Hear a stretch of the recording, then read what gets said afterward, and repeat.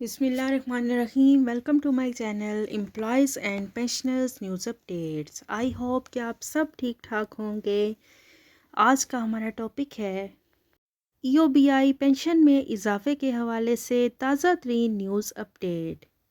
Topic کی جانب بڑھنے سے پہلے آپ سب سے گزارش ہے، اگر آپ چینل پر نئے ہیں تو چینل کو سبسکرائب کر لیں تاکہ پینشن سے متعلق اور سرکاری ملازمین سے متعلق آنے والی ہر نیوز اپڈیٹ سے آپ کو باخبر رکھا جا سکے. تو بڑھتے ہیں آج کے ٹاپک کی جانب. ای او بی آئی پینشن میں اضافے کے حوالے سے تازہ ترین news update. Labour rights commission of Pakistan کے جو چیئرمین ہیں منور ملک صاحب، انہوں نے بہت اچھی بات کی ہے.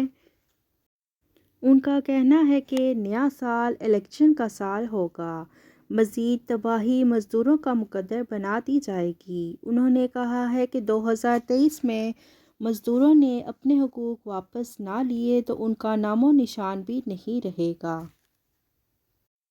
جب ملک کی مزدور تنظیمیں ہی مزدوروں کے غصب شدہ حقوق نہ دلوا سکیں تو ان کو اپنی دکانیں بند کر دینی چاہیے. Labour rights commission register Pakistan کے چیئرمین منور ملک نے کہا ہے کہ 2023 مزدوروں کو اپنے غصب شدہ حقوق واپس دلانے کے لیے 2023 کو مزدوروں کا سال کہلوانا چاہیے. آج ملک کی سیاسی سرمایہ دار قوتوں نے ہمیشہ مزدوروں کو اپنے مفادات کے لیے استعمال کیا اور ان کی محکمہ محنت کے اداروں سے غصب کی گئی سہولیات پر شب خون مارا. ملک کے 6 کروڑ مزدوروں میں 80 لاکھ مزدوروں کو ان کے سامراجی قوتوں اور محکمہ محنت کے کرپٹ افسران میں رجسٹریشن سے محروم کیا گیا.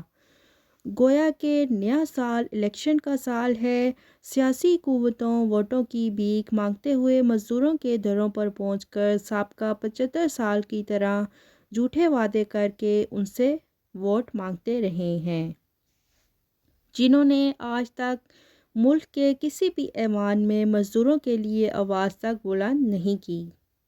مزدوروں کے اربوں روپے کی ویلفیئر اسکیموں کا غبن کرنا، مزدوروں کو غیر معیاری ادویات فراہم کرنا، مزدوروں کے کنٹریبیوشن سے قائم اداروں میں مزدوروں کے استحصال کرنا، یہ سب مزدوروں کو یاد نہیں کہ آج ملک کی تنظیمیں جنہوں نے اپنی دکانیں کھول رکھی ہیں، آج تک مزدور کاز کو زندہ رکھنے کے لیے مزدوروں کے شانہ بشانہ کھڑی بھی ہوئی ہیں یا نہیں. اگر نہیں تو ان دکانوں کو بند کر دینا ہی بہتر ہے.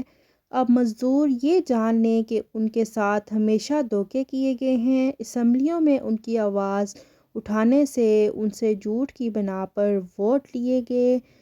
اگر آج تک 75 سالوں میں مزدوروں کے مسائل کسی بھی حکومت نے حل نہیں کیے، بلکہ مزدور جو ہیں روز بروز غربت کی زندگی گزارنے پر مجبور ہیں. اب 2023 کا سال مزدوروں کے غصب شدہ حقوق کی واپسی کرانے کا سال ہے.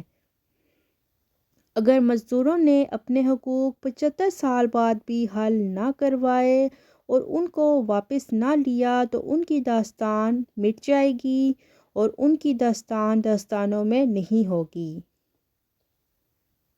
اور مزدور تنظیموں کو بھی متحرک ہونا پڑے گا، انقلاب کی جانب پیش رفت کرنی پڑے گی، کیونکہ جب تک مزدور انقلاب نہیں لائیں گے یہ سرمایہ دار نظام مزدوروں کی نسلوں کو تباہ و برباد کر دے گا.